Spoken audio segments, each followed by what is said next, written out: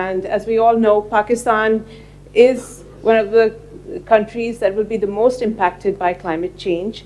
And even though historically we are the most, we have emitted the least. All right, so now we're in that conundrum. We are the ones that are most impacted by climate change. So we have to prepare for those impacts. And obviously there will be a need to look at society, the communities, the ecosystems, and obviously the private sector as well will also need to do their part. So I have the Center of Excellence in Responsible Business, as Farah has introduced, and when we're working with the private sector, we do get a lot of questions related to climate action and climate change. What are the climate-related risks, and what is building resilience, and then of course we also get questions related to climate finance and carbon credits. So the objective of today's panel is obviously to look into those aspects in detail. One thing that I'd like to start off with is to talk about the title of the panel today. And the title is Building Climate Resilience. And what does climate resilience mean? Climate resilience basically means that ensuring that there is the ability to adapt in the community, in the society, in the ecosystem, and in obviously the environment and build climate resilience to ensure that we are able to move forward in the right direction and have the lowest impact on the economy. And two other terms that have come in that are very important now and have become part of investor discussions are climate-related risks. So the first term is physical climate-related risks, which basically looks at or talks about the heat waves and the flood risks that we are impacted with. And then the other term that has come up and is really being talked about is the transition climate-related risk. So that is a risk that Pakistan's economy as a country faces if we do not go into the transition, go towards a low carbon economy on time. So that is a risk that we face at the global level and perhaps at the local level as well, of not going in that direction of decarbonization. And that's the discussion that we will revolve around today. So with that, I'm going to start off with a question for these amazing panelists over here, and then start off with a question for the Honorable Minister. I'm sorry, I'm going to be a little fast because I've been told that we have a hard stop by 2:10. So I would appreciate it that we get our message across, because we rarely get such a huge number of business people to talk to in the room about climate. So the floor is ours today. So my first question to the Honorable Minister is, Pakistan, as we've said, faces an existential threat from climate change. From your perspective, what are the three most critical climate-related risks that could significantly impact Pakistan's economic growth in the coming years? I think it's a complicated question, because the answer is it depends. It depends upon the lens that you choose to look at, that you choose to look at climate.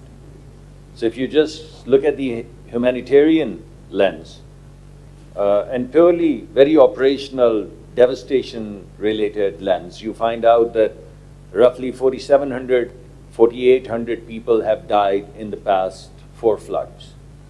That's more than any war. So what is more devastating, the war or the climate? And I'm not talking about the climate-related deaths overall, the indirect climate-related deaths. I'm talking about deaths caused by devastation of floods. 4,600, 4,700 people dead, gone. About 18,000 people injured and disabled. You take the disability-adjusted life years and you put an economic value on disability-adjusted life years, and you get all the answers. You put value on life. If you want, you can put value on disability or disability-adjusted life years, Or you can look at about 40 million people who have been displaced. 40 million people displaced over the past 4 floods. 40 million people just in the past floods, over 3 million people were displaced. 3 million people, 50% of whom are kids who are school-going age. So 1.5 million, imagine 1 million people missing school for about 2 months or 3 months. Count the number of days. Count the number of education days missed because of the displacement. 2 million multiplied by 60. You do the math, 120 million school days lost in one flood. And this wasn't the most devastating flood. So disability, death, health, education, let's park this. This is the human lens from which you can look, direct human lens from which you can look at climate. Let's look at the economy, because the previous discussion monopolized primarily by my friend Miftah Ismail. Who's he? Where is he? He ran away. He spoke and ran away. He doesn't even want to listen. So, so looking at GDP, the 2022 flood cost us about 9.8% of our GDP. The damages that were done were equivalent of 9.8% of our GDP. We grow at 2%, 3%, 4%. We flirt with 5% and we go bust. And we go through this boom and bust, boom and bust, boom and bust. And we can talk about that as well, but that's not the subject right now. That was the subject for the previous panels or panel. My view is that 9.5% of GDP gets blown away by one flood. And the range over the past 4 floods is anywhere from 1.5% to 9%. 5.5% in 2014 or whatever that big flood was, and then 9.5%, equally distributed between direct costs and indirect costs. So here you go. Let's not talk about humans. Let's not humanize this discussion. Let's just talk about nickels and dimes. Let's talk about business and GDP. So 9.5% of GDP, about 5,000 people dead, 40 million displaced, and 18,000 either injured or disabled. This is the cost of devastation. This basically is something that we need to put to the fore of our discussion and realize the magnitude of what is happening to us.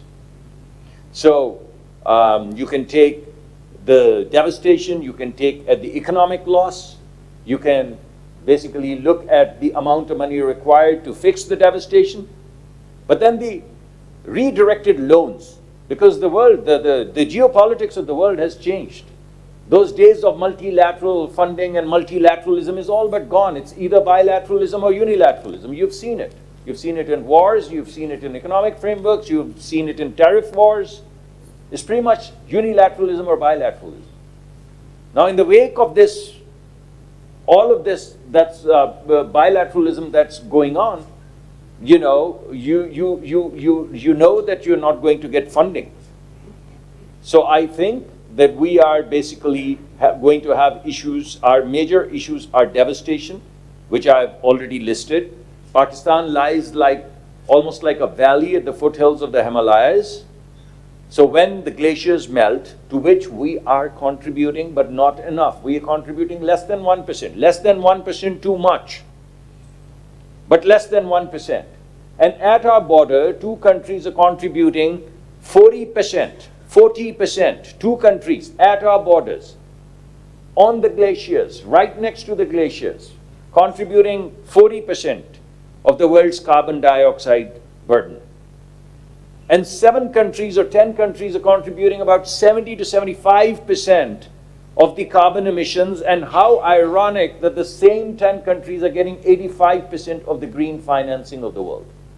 People who, like Pac-Man, are eating up the environment are the same people who are getting the financing.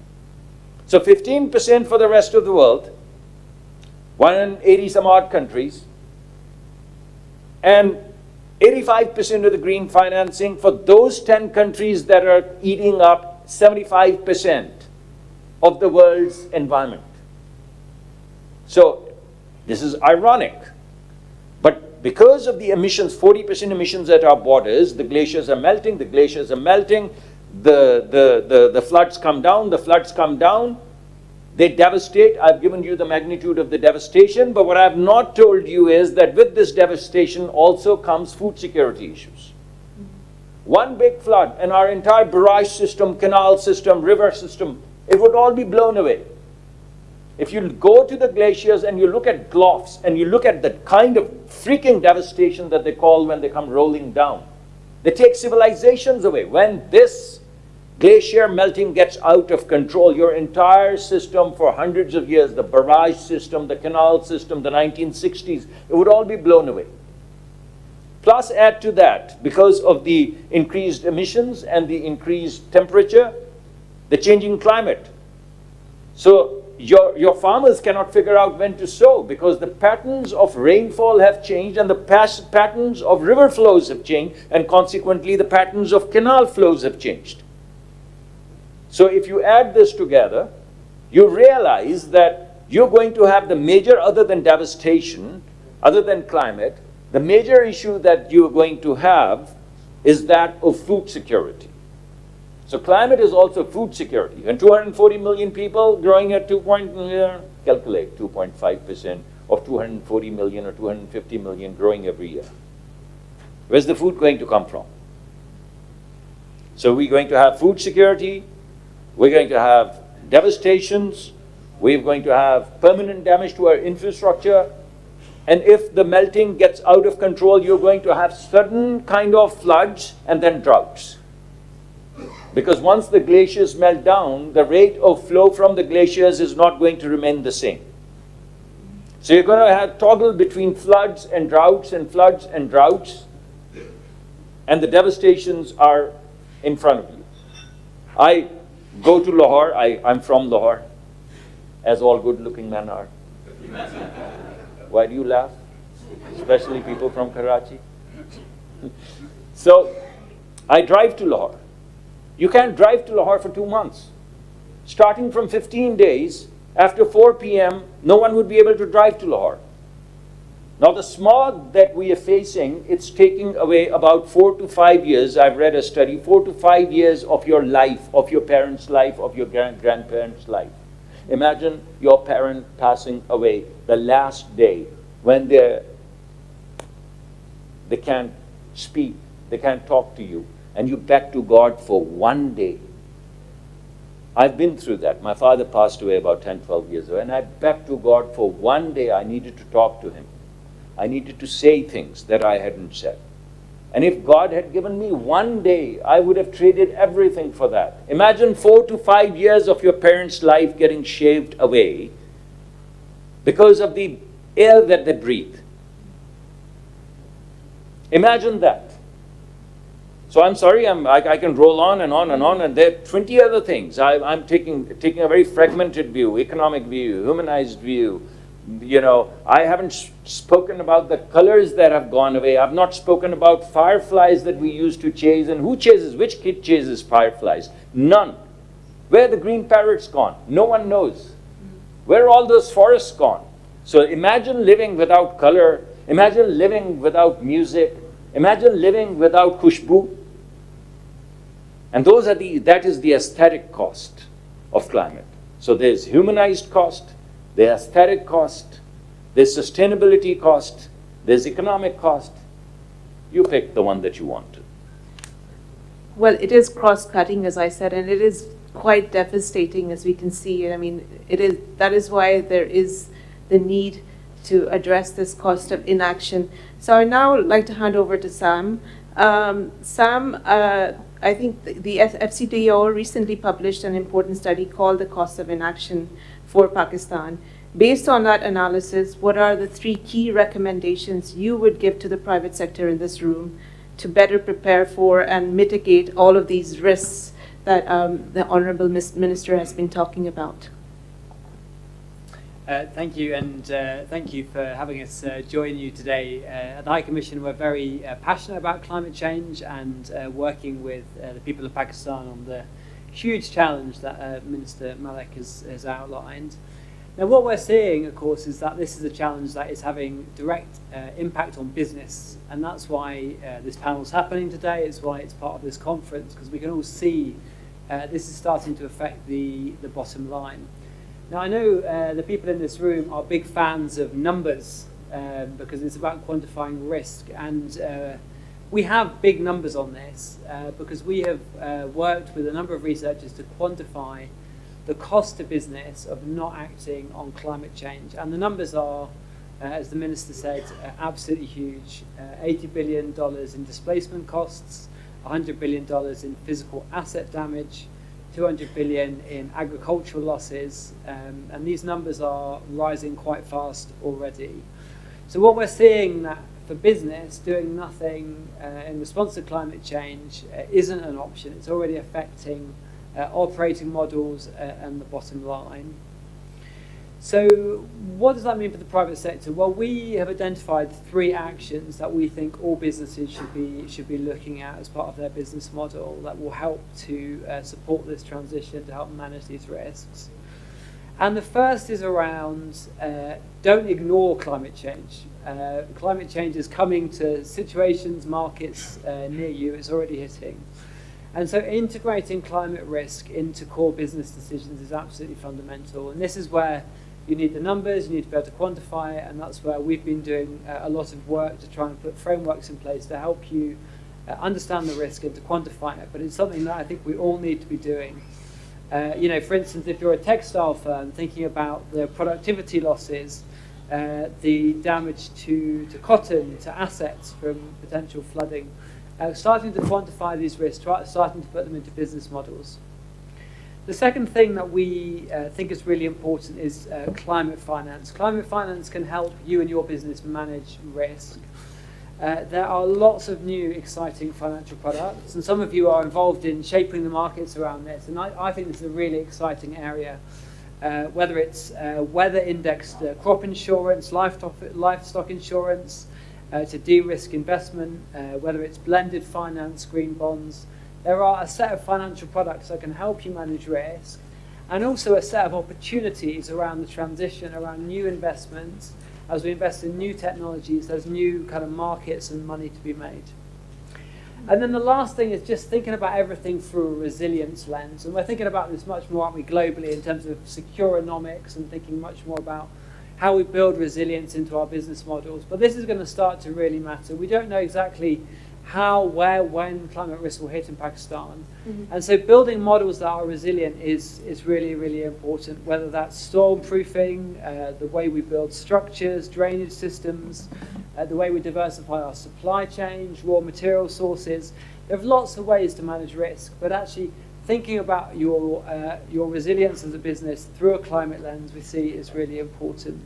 So I think we're moving in terms of this debate, and this is why this panel is happening today, from just seeing climate change as something kind of over there, looming in the future, to something that is now affecting businesses right now. And we're having to respond to it as a community to continue to grow. It's now kind of hitting us very directly. And so I think the companies that succeed during this next transition phase are going to be the ones that think very hard about integrating climate risks, building new models of climate finance, using new financial products, and really building a resilient business model that will allow you to adapt to the next phase of the transition. Thank you, Sam. I think you pointed out some very important areas. One thing that I'd like to add here is we've also, at the PBC, we've developed a toolkit for companies to start at least looking at what their climate-related risks are. It's called the Climate Risk Awareness Toolkit, and it can be accessed through the QR code in the lobby. So please, during lunch or in the breaks, please do go ahead and download it. Now I'd like to move on to Mr. Jamal Baquar. It's important. We've seen, the overall impact of climate change, and we've talked about building resilient business models. I would like you to introduce what the TPL RMC is, and how it is looking to the future for building this resilient business model. Especially, I think one aspect that hasn't come up in our conversation is building sustainable cities as well. So over to you. Nazish, thank you very much for that. And first of all, let me just thank Pakistan Business Council for inviting us to this and holding a fantastic event with business leaders and the real think tank of the country. It's amazing exchanges that we've had all morning. TPL REIT Fund. TPL REIT Fund is one of the largest REIT funds in the country. It is Pakistan's first and largest development impact fund. It's very unique in its feature because 60% of the shareholding of the REIT fund is held by 8 of the largest financial institutions in the country. So National Bank, Habib Bank, Bank of Punjab, Bank Al Falah, Askari Bank, Bank Al Habib, Habib Metro, Suneri. Many of my friends I see over here in public, they're investors in the REIT fund. The mission of the REIT fund is very clear. We want to invest in climate-friendly,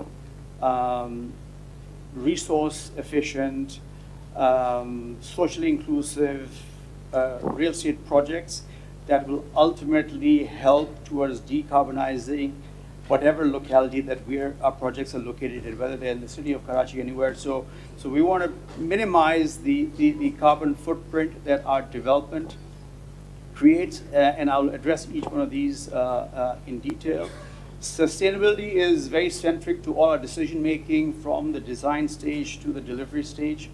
For that, we've hired some of the best consultants for LEED and so forth to do that. And so I'll talk a little bit about how we're addressing those. A little bit about what's in these projects. One of the projects is One Hoshang, which is Pakistan's first gold LEED certified development in a 130-year-old heritage building in the heart of Karachi. The other project, which is the largest project we have, is the Mangrove. This is a high-rise development in the city of Karachi, right on the waterfront, facing Korangi Creek, and ultimately 20 towers with 20 million square feet of space will come here over the next 10 to 15 years. And within that space, of course, we have a technology tower that will put up 2 towers, which will also be based on sustainability. All of these are going to be LEED and EDGE certified, and I will talk about each one of these criteria, which is going to have a direct impact on the issues we're addressing right now. Very, very importantly, just on the edge of the Mangrove project is a very key initiative of ours, which the group funded, but is done in collaboration with Sindh government, which is the Mangrove Biodiversity Park. And the mangroves are a gift to the city of Karachi. Unfortunately, mangroves have not been looked after for many, many years. We are one of the first corporate groups that is sponsoring the protection of a park of a depleting mangrove space. Currently, this is a 50-hectare park, which hopefully will, with the help of the board, will grow to 100 and 150 hectares. And the idea behind this, and this mangrove park has been handed over to a board of conservationists and environmentalists whose job is to protect and grow and enhance the mangrove park. And the idea is to actually restore the decaying ecosystem in that space. Mm-hmm. So whatever they can do, they've been mandated to focus on that. The idea also is to help the local community also get involved in these projects so that their livelihood can be uplifted. So just going back to our buildings and the design features and so forth, we have not looked at internally, we have looked at global standards. And we want our buildings over the next several years to be of world-class standards. That's why we've gone for LEED certification of our buildings. And we've also gone for, and we're now also going for EDGE certification. We're working very closely with IFC.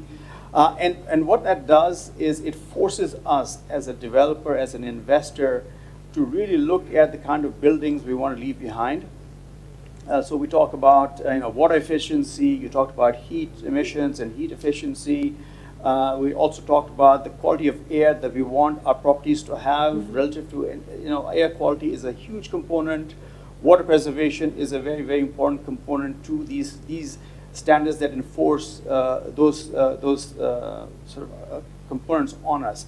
So we are, as much as we can, trying to bring world-class standards to the development work we're doing, which, and all of these standards try and incorporate climate change, climate resilience, sustainability into the developments that we're putting in place.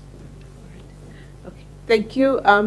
I think this highlights the trajectory of the panel, highlights, while there is a challenge, we are facing the climate change challenge, there are solutions as well, and it really requires a re-look at what climate change is and how that affects the business, and try and address it not after but before the project takes place. Now I'm going to open up the floor for questions, and then once the questions are done, we'll just go around for a sort of closing remarks. There's two questions here. Okay. While I understand that it's the primary responsibility of the businesses to control and reduce their carbon footprint, but like in many other countries, would the minister consider recommending to the finance minister and the cabinet giving some minor tax incentives for green buildings of the industries and the businesses? 100%. 100%. I see the biggest problem that I see in the industrial footprint right now is that it's extremely, historically, always very extractive.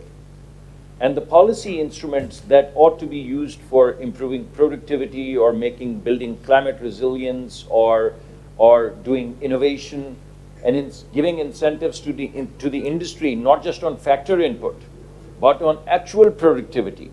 And productivity is also climate, and I'll come to it. Not having that framework in your head is the problem, not on the paper. It's not even in the head. It's just basically meeting the goals for revenues that are set at the beginning of the budget and managing the fiscal deficit and increasing it or decreasing it by 1 percentage point or 300 basis. That's the discussion. This discussion has to change. The burden, the tax burden, the total tax burden on the industries is astronomical and non-sustainable, and it has to go down. There is no other way out. But the incentives in the burden reduction should come in a productive manner, not in a line item accounting manner. We have to get out of the accounting view and get into the economic view of things. If you are a leader in a particular product, the world is not going to wait for you. There was a time when all of the footballs of the world were being made in Pakistan, and now not. Because we didn't keep up with the innovation. We didn't keep up with the technical changes. So climate is no different than other elements of productivity or other elements of innovation. So 100%. I'd like to add one more thing. It's not that climate is a cost to businesses. I don't buy it. Climate is the business. Climate is the business that you guys should be in. Not the other lower value added businesses. You're shutting down 3 generations of industrial footprints and going towards lower value added businesses, and I ask you why. I'd give you 2 examples, quick examples. In the 1980s, Finland was a forest. And before the turn of the centuries, in 1980s and 90s, they came up with the world's highest environmental standards. Highest. And when I studied their ecology, I was doing the industrial strategy for Bahrain, and I went to Finland to study their system. They were exporting 1/3 of the world's environmental technology. Exporting 1/3 of the world's environmental technology by the year of Lord 2004 is enormously value-added activity. It is not by counts and weights. It's innovation, it's technology. And I don't see anything like that happening. 15 years ago, the 2 most compromised air quality cities of the world were not Lahore and Delhi. They were Shanghai and Beijing. And right now, China is exporting 70% of the world's solar technology because they pushed the coal out, they came with solar technology, they created a very taxing demand function, very sophisticated demand function, and they scaled their solar to the point where even the German technology was German, scale was Chinese. And scale came from the government policies of climate policies. And now they become the world exporters because of that. Now, Finland can do it, China can do it, and this room is filled with young 20, 30, 35, 40-year-old people who've come from God knows which universities. I didn't even get into them. But we are not willing to unleash their potential. We're not willing to incent them or give you the tax advantages to do climate business. So I'm saying, guys, climate is going to be a big business. You're getting into lower value added activity. For God's sake, think about the highest value added activities. Think about those technologies that are not. The kind of devastation that I've put forth in front of you is more sophisticated and taxing than anywhere else in the world. So the products and services that you are going to create, whether they're fresh, safe drinking water, whether they're air pollution, whether there is methane emission, the products and services or battery technology, or basically new business models, when you come up with what is going to take care of Pakistan, you'll be the biggest exporters of that technology across the world, and that is not going to be just exporting corns and jhingas and that kind of stuff, which is very important. But I'm showing you that it is not that climate is going to impact your business. I'm sharing with you that climate should be your business. I can't force you. You're very clever guys. I'm not as rich. Oh, I looked at the room and I said, oh man, I know so many rich people when I walked in. And then I looked at the room and I said, oh my God, I need to get to know so many more rich people. So you're smarter than me, is all I'm saying. So think business, think climate. Thank you. We have one more question.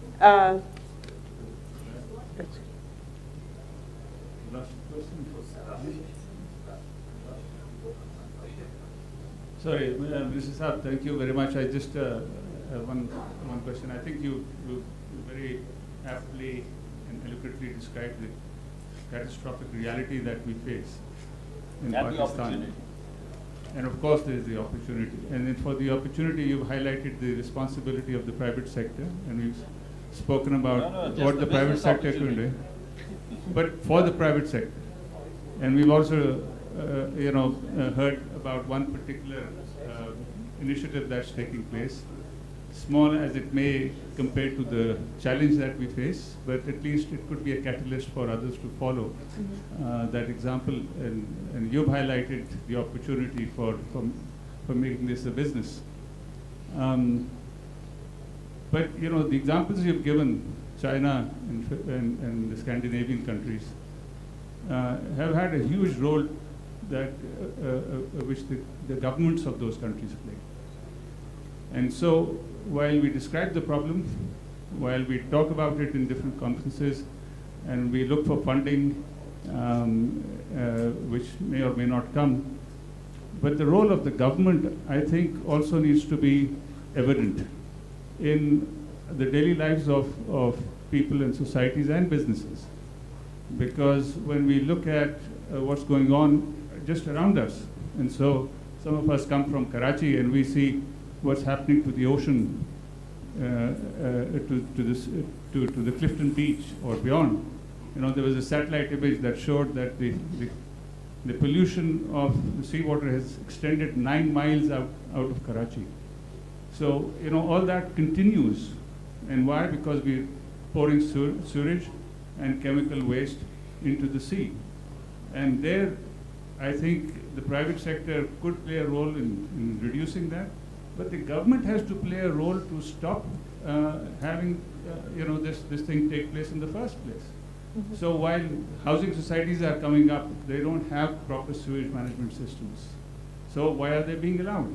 So where does the responsibility of the government also come in, even without the funding and the big plans? They're at a micro level, I think there is a lot to be done by the government as well. So is there something that you could tell us about what the government at the federal level, but also more importantly at provincial level, is doing and can do? If I may just add to Atif's question, because I had a question for the minister also, so that just supports what Atif has just said, is, we are a socially responsible major developer trying to bring world-class standards. Our product, because we're going to be EDGE certified and LEED certified, our cost is going to be slightly higher than the average developer developing housing societies in Karachi. Where is the incentive from the ecosystem, from the government and regulator and so forth, where people like us who are bringing these green products in are better incentivized, and people who are developing, average to below average housing societies and products disincentivized, and they should switch into this. So I think that's just an add-on to I think what you're saying. So I'd like to hear what the government's view is, how that support is coming. Yeah. I'd forget. I have an IQ of an oak tree. I mean, I'm also facing dementia, age-related, so I forget things. So quick, do you want me to answer? Yes, of course. So quickly, Adil Saab. Adil Saab, there are two kinds of interventions. I've already supported one kind of intervention, and that's something that I'm pushing very hard on. I just worked with them 2 days ago, and you know how opinionated I am and how forcefully I make a go at it. So what I'm saying is not theory. We are actually doing it. You know that the tax that you were, what was that, EDS has been, Prime Minister has decided to abolish it. So we are moving in that direction, where we don't want the bureaucrats and the politicians to decide how your precious capital would be deployed. Why don't you decide? We want to put the ball back in your court. You're the most efficient allocator of your marginal dollar or your marginal rupee, not a bureaucrat of grade 21 or a minister of climate change. So let the decision be where the best allocation and the most efficient and most timely allocation is going to be made, not by regulating and centralizing and controlling. So our thrust right now is to deregulate and put the ball back in your court. I mean, obviously we have to support that. So we are doing it in regulatory kind of framework, and that's like 0.25% of turnover, not income. It's a turnover tax, which is basically, hopefully, would be removed. Now, there are two kinds of interventions globally. One is a supply side intervention, and one is demand side intervention. China did demand side intervention because it was scaled. If you pull that kind of demand function, sophisticated demand function, if you push coal out and you invite solar in, then companies proliferate indigenously within the country. And because you don't let a few houses or few people monopolize it, competition creates the edge, which is of global value. So one kind of interventions that we are thinking about are the demand side interventions, because Pakistan has scale. 240 million people is scale by any stretch of imagination. So if you just unleash the demand function, the supply will come through. But competitive supply is needed, not monopolized or oligopolized kind of a framework. If that happens, you would only be able to serve Pakistan. In the past 20 years, there's not $1 worth of investment that has come into export-based industries. Everything is local because more money is to be made locally. Why would you go and get into a dog-eat-dog competition globally when you can, through competition and protection, make so much more money in Pakistan? So that has to change. And through this competition, we can then have a global edge in business of climate. I'm only talking about the business of climate. I'm not talking about cleaning the environment. That's our job, because that's a job where the private rate of returns are low and public rate of returns are high. I'm talking about areas where the private rate of returns are high. The second kind of intervention is the kind of intervention that Finland and Singapore have done. Finland has come up with Finland Academy of Sciences as well as techies, where about thousands of researchers are placing bets on biotechnology, on telephony, and so on and so forth. And in Singapore, the comparable organization is A-STAR. And A-STAR has 5,000 to 7,000 PhDs doing bench research to create innovation. Innovation that is later on commercialized by the private sector. So government can do supply side intervention, or government can do demand side intervention. Because we have dearth of capital, and also human capital, frankly, if I may honestly tell you, demand side interventions where we create sophisticated demand in Pakistan and a competitive demand, not monopolized demand, not with elite capture, but through proliferation of ideas and young people competing and winning and losing and shutdown of companies and creation of companies. That's where the future would go. In the US, the intervention is financial. I'm sorry, we're gonna have to continue this conversation because our next speaker is there. So we do have a lot of questions in the audience as well. I'd like you to approach the minister. No, I'm sorry, because the next session awaits. And I'd like to thank the participants here for joining us. The next session is at lunch, and I'll ask Farah to introduce it. So thank you so much, Ms. Nazish. Thank you to Musadik Malik. Thank you, Mr. Musadik Malik. Thank you, Mr. Sam Waldock. And thank you, Jamal Baquar. Thank you. A huge round of applause, please. Thank you so much. Thank you.